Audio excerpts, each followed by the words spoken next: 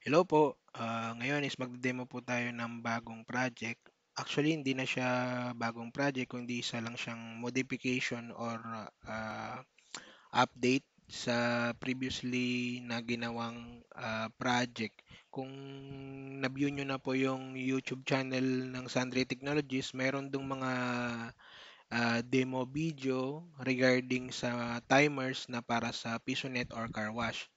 So, yung timer na yon is minodify or in-update para mas maging fit siya sa requirement na kung saan siya paggagamitan. Example, para sa PisoNet or para sa car wash na or sa Piso Car Wash, parang ganun. So, ito yung bagong timer. Ah, kung na-view nyo po yung mga demo video regarding sa timer para po dun sa piso nito sa car wash, nakikita nyo po na built-in po siya. I mean, pwede po siyang ilagay direct dito sa coin slot. Tapos meron siyang harness na wire papunta sa display, which is katulad siya ng yung sa Alan timer na may harness din siya papuntang display. So ang problema ko kasi doon pag actually okay na, mas maganda nga siya dahil built-in na siya dito. Ang problema ko naman po dun is that pag ginawa ko siya, yung wire na harness, mano-mano ko siya kasing ginagawa. So wala pa kasi akong makitang supplier kung saan siya pwedeng bilhin. So kaya ang ginagawa ko dun sa harness na yun is mano-mano. So naisip ko kasi na sa kapag ginawa ko kasi yun, medyo maliit lang yung kaya kong i-provide. Kasi mas madali magawa yung yung hindi mahabang harness kumpara sa mahaba. Kaya normally mababa lang, sorry, maiksi lang yung magagawa. So kaya naisip ko na what if yung timer at the same time yung display nasa isang board na lang siya. Although hindi siya isang board, dalawang board siya. Yan. Pwede siya may split. Dinesign kasi to para during installation mas mabilis. Ito kasi i-install nyo lang then meron siyang nakalagay na na wording na this side up. So ibig sabihin ito yung naka-locate ng sa taas. So ibig sabihin nitong area na to dapat nasa taas siya kasi this side up. So dito naman sa mismong timer o sa controller, meron ding nakalagay na this side up. So ang gagawin lang is ito kasi kaya siya naka-separate is during installation at para mabilis siyang ma-access. Sa example, kung nasira yung controller or nasira yung display, mabilis lang siyang pagbaklasin. So, ito, may dalawang screw, then ilalak nyo lang. Then, pag nalock na to, pwede na itong i-plug. Pa-plug lang. Yan na. So, yun. Then, ang isa pang update dito is 220 rated na to. So, ibig sabihin din na kailangan ng external transformer. Kagaya ng yung sa mga previous na timer na ginawa ko. So yung kasi kailangan pa ng external transformer. Kung makikita nyo yung video, may external transformer siya. So dito, meron na siyang built-in na power module na 220 na siya. Then katulad din dun sa mga previous na mga na timer is meron siyang push button settings. So meron siyang mode up and down. So yung mode basically ito yung ginagamit para mag-change from normal mode or yung normal na function ng timer then papuntang programming mode or doon po pinoprogram yung ah, time settings. So, yun. Then, meron siyang series dito of connection. Kasi itong timer na to is design, parang magiging universal timer na siya. Bali, pwede na siyang i-apply sa ah, car wash. Kasi yung car wash, pwede mo siyang magkaroon ng option na shampoo saka tubig. So may pwede ka may button dito na pwedeng i-select dito. Then coin in. So yung coin in na to sa ngayon Ang design nito is para lang siya sa ganitong setup. So, yung sa basic na sensor ng Sundry Technologies, ito yung basic na sensor. Then, i-connect lang siya dito. So, meron naman ditong level kung saan naka-connect. Then, nga pala, itong timer, wala kayong makikitang relay or mechanical or solid state. Kasi,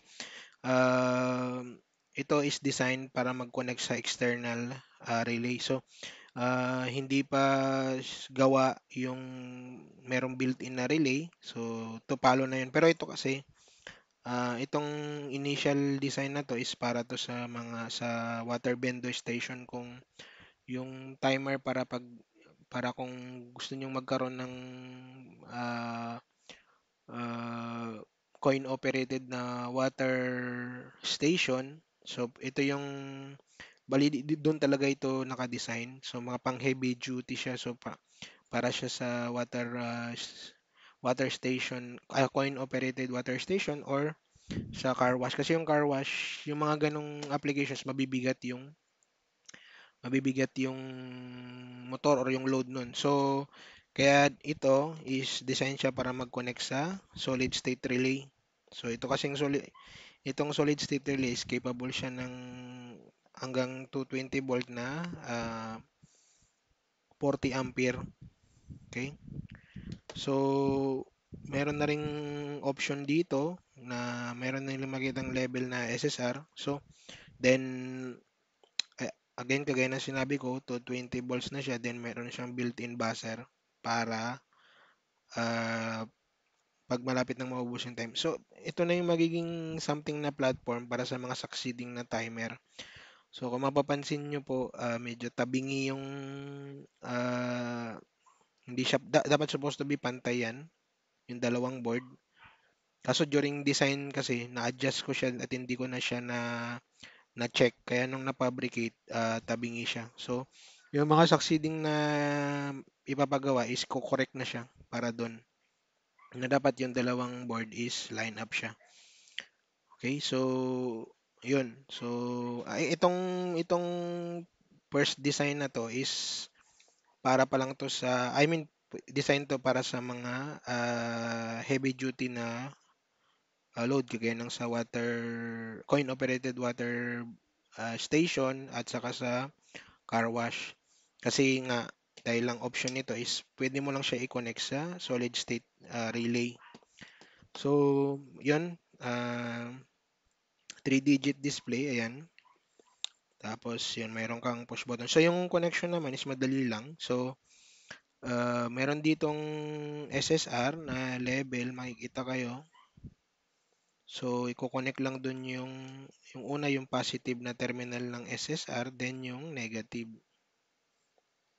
na terminal. Ayan. Ayan. So, yung yellow, yan yung positive. Ah, wala kasi ako sa ngayon na red, kaya yellow na lang muna. So, positive, negative, papuntang SSR, yan. Tapos, yung coin slot, so yung coin slot, meron siyang tatlong input. Sorry, tatlong connection pala. So, ito yung sa last three. Ayan, makikita nyo, may nakalagay, may sulat dyan na, kung kita nyo, C in. Ayan, C in. So, ibig sabihin, coin in yan. So, from bottom, from bottom yung tatlo, to. Ayan. So, ito yung positive, then coin in, then ground. So, kung makikita nyo dito, pag sinalpa ko to, ito na yung papuntang coin in na yan. So, positive, yan. Yung yellow is coin in, then yung black naman is ground. So, yan. So, yun lang yung connection. Yan. Then, meron itong option ng push button, which is yung sa pang port at PIP na connection mula sa baba. Yan. Ito kasi ang purpose nitong push button nito is para sa pag gusto niyo merong pause option yung timer. So, ibig sabihin pag gusto niyo i-pause mo na yung operation, so pwede niyo itong i-press. So, so pag pinress nyo po yung pause option, magpo-pause yung time, then itong SSR mag-o-off din siya. Okay, so yun lang yung connection. Then 220, ito. Kukonect natin yung 220. Yan. So dito meron ding connection para sa 220 volt. So naka PCB terminal na siya, kaya wala lang masyadong gagamitin. So dinesign to para less yung tools na gagamitin, para salpak-salpak na lang. So by the way, pag binenta na to sa market is set na siya. Ibig sabihin, meron na siyang push button, kasama na rin tong SSR, then saka yung sensor. Ang bibili na lang is yung coin slot. Kasi marami namang pwedeng marami namang alan na coin slot sa Shopee or sa Lazada na pwedeng pagbilhan. So, yun, naka-connect na yung 220, ayan. So, ngayon, ipa-power up natin. So, ito, pag nag-on, lahat ng SSR merong siyang LED para alam natin na nag-on. Ayan. So, ito yung timer para makita nyo. Okay, so ito itatayo ko lang. Ayan, dito. Ayan. Ayan, so okay na yung setup natin. So, ipa-power up na natin. So, yun lang yung connection. Madali lang siya. So, kung ilalagay nyo ng box, so ito nakakabit lang sa box, so nakadikit lang siya ng ganun. Then, basically, yun yung wiring lang. Madali. Then, maliit pa yung footprint niya, kaya pwede nyo paliitan lang yung box.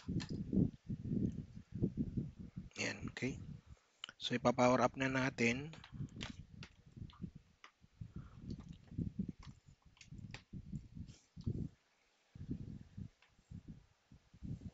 Ay, wait lang, natanggal yung connection. Ito, natanggal, oh.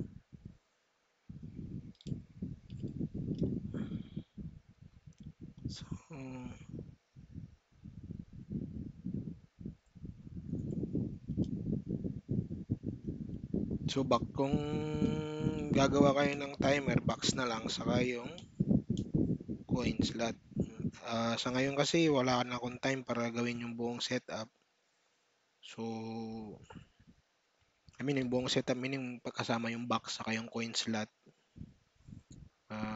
Pero pag magkaroon ng budget saka ng extra time, pwede ko siyang gawin na kasi magiging mas maliit na lang yung box dahil mas maliit na yung footprint ng circuit din. Siyempre maliit lang din yung parang gaganyanin mo lang siya yung position niya. So parang yung box kasing laki lang nito. Ano? Yan. So ikakabit na natin. So ipa-power up ulit. Yan. So para lang ang purpose niyan para makita na yung lahat ng number is working correctly. Baka kasi yung iba patay. Okay? So yung pag nag-change kayo ng time settings, pe-press nyo lang tong mode. May mode, may nakasulat din na pangalan diyan na mode, then up and down. So pe-press mo lang yung mode. Pag pinress mo yung mode, yung digit magiging isa lang. Yan. So malalaman mo na nasa mode ka na. I mean sa programming mode ka na. Then ipe-press mo lang yung up and down para kung anong time gusto mo. Ayan. So up and down lang.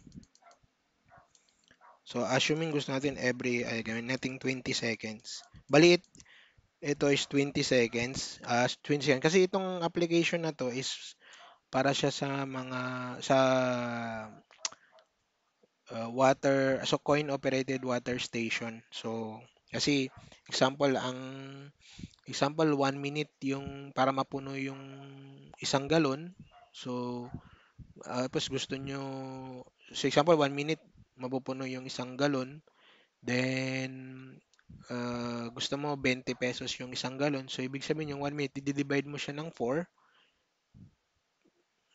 kasi yung coin slot mo, example lang ito, assuming ito piso lang yung coin slot natin, ito 1 peso yan. Ayan, 1 peso. So, kung 20 pesos, ibig sabihin, yung 1 minute, i-divide mo ng 20. Or sorry, yung 60, kasi in seconds siya. So, 60 seconds divide 20. So, yun yung isaset mong time. So, ilan yun?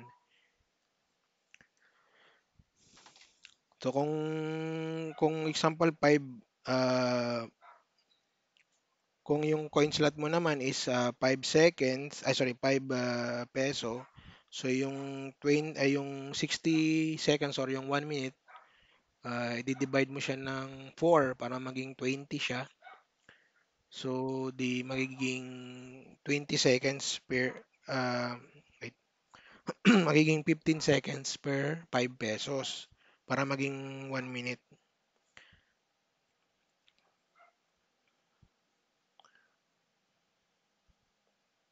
Okay?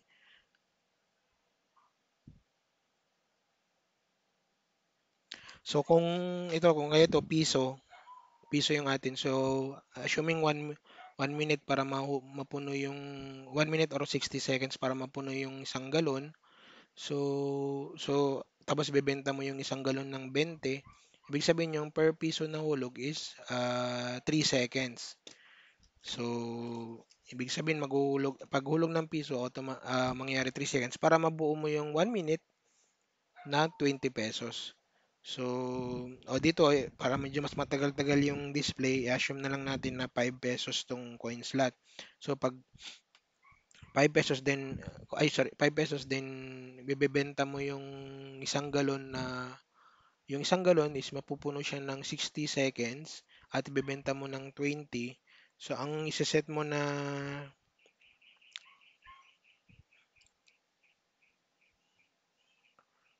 so yung ang iseset mo na time is 15. So, gawin natin tong 15.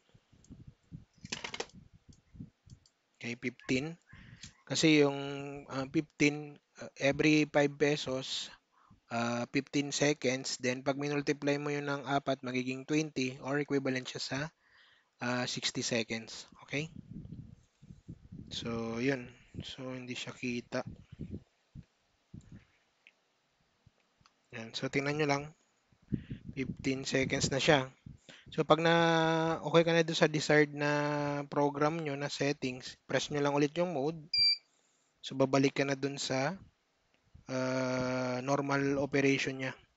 So, by the way, yung na-program nyo is masisave nyo yan kahit patayin yung setup. I mean, patayin yung power ng timer. So, masisave yung pinrogram na time settings. Okay, so, yun. Tatry tayo maghulog ng coin. So, makikita nyo, umiilaw tong, yan, ilaw yung LED ng solid state. Ibig sabihin, nag-on.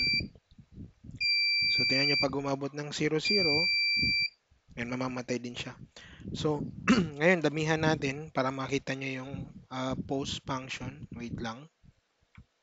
Ito yung post function natin. Ito yung switch. Yan, nag-on.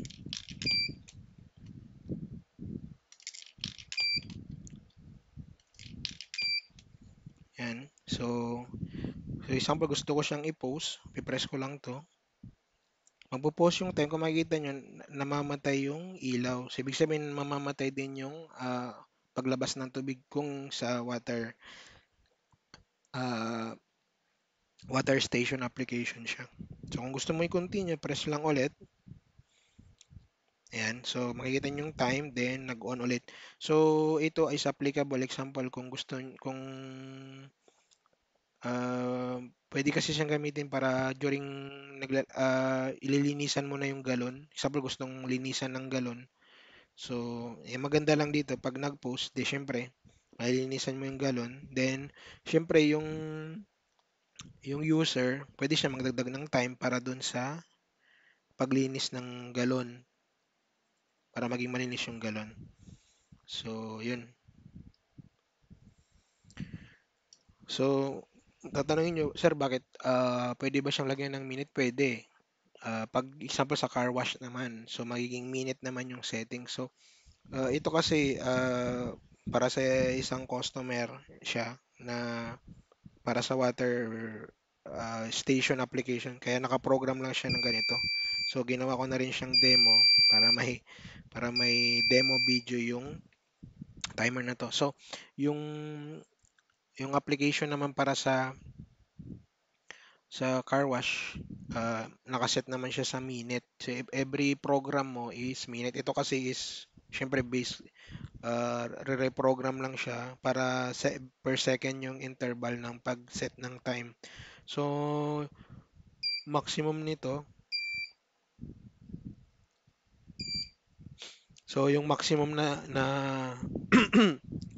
yung maximum na program nito is 60 seconds. So yun. So ito halimbawa is papatayin natin para makita nyo na hindi nawawala yung time setting. So pinatay ko, ayan, wala na siyang power.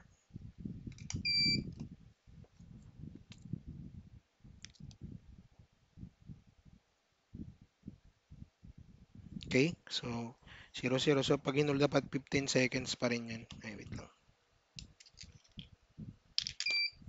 And so 15. So nag-on. So nakasave yung yan.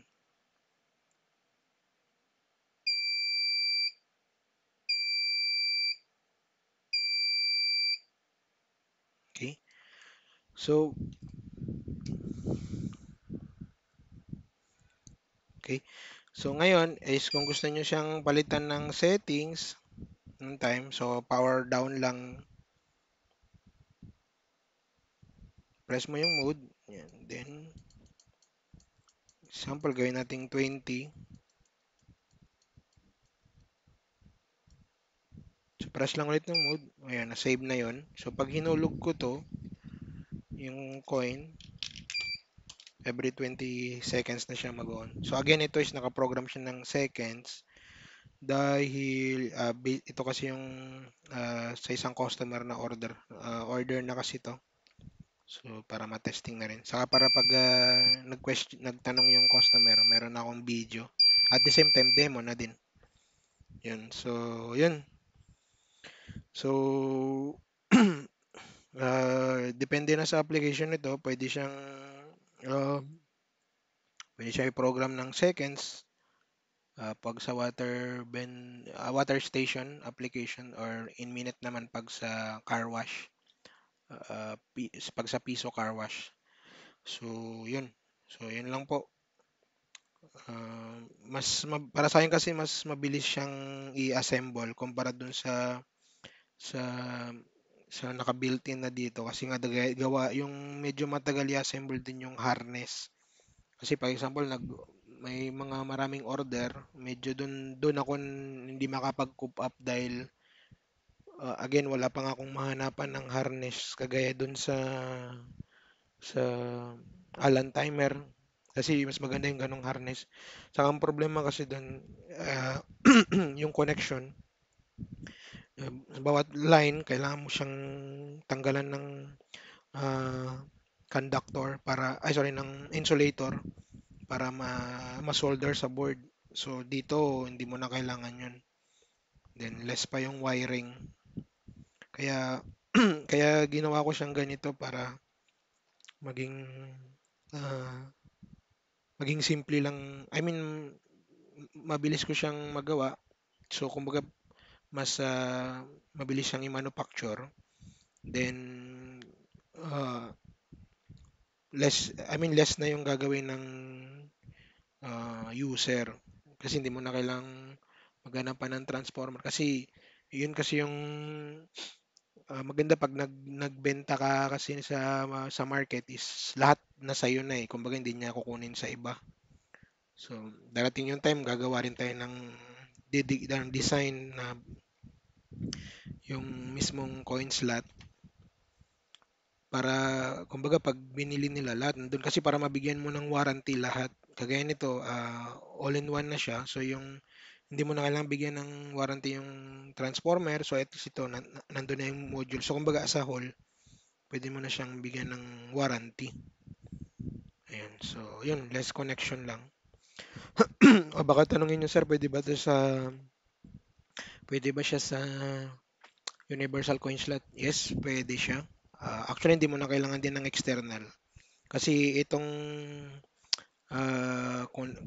connector is design siya. I mean, yung power nito is designed para makover pati yung universal coin slot. Okay? So, yun. So, ito lang po yung uh, upgrade, hindi siya upgrade, update saka modification sa timer. So, so again, yung mga succeeding na design is naka-base na sa ganitong platform para mas mabilis siyang gawin at the same time mas mabilis din siyang ikabit. Para sa akin, mas mabilis siyang ikabit kasi actually yung ikakabit mo ito lang itong buong buong 7 segment lang. Kasi ito lang ikakabit mo eh. Yan. So dito yung wire.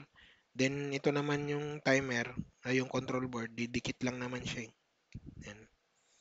So, kumbaga mas mabilis mo siya ikakabit. Ito lang. Wala ka nang ibang i-screw. Then, yun, connection. So, kaya set na siya pag binili kasi para kaya set na siya pag binili. I mean, kaya ako siya ibebenta ng set na dahil para hindi na kayo maghahanap ng mga connector. So, kasi ito kasi yung connector is magiging built-in na siya. Ayan. So, para i-connect nyo na lang. Yan. So, para hindi na kayo maghahanap ng ganyan. Saka itong uh, solid state. So, mas maganda kasama na rin para ang gagawin nyo na lang, box na lang. Saka itong coin slot kasi maraming binibenta sa Lazada. So, mas makakakuha kayo ng madaming ganito. So, yun. So, yun lang po yung demo natin today. So, magde-demo ako nito, nakakabit natin to sa car wash para makita natin yung functionality niya.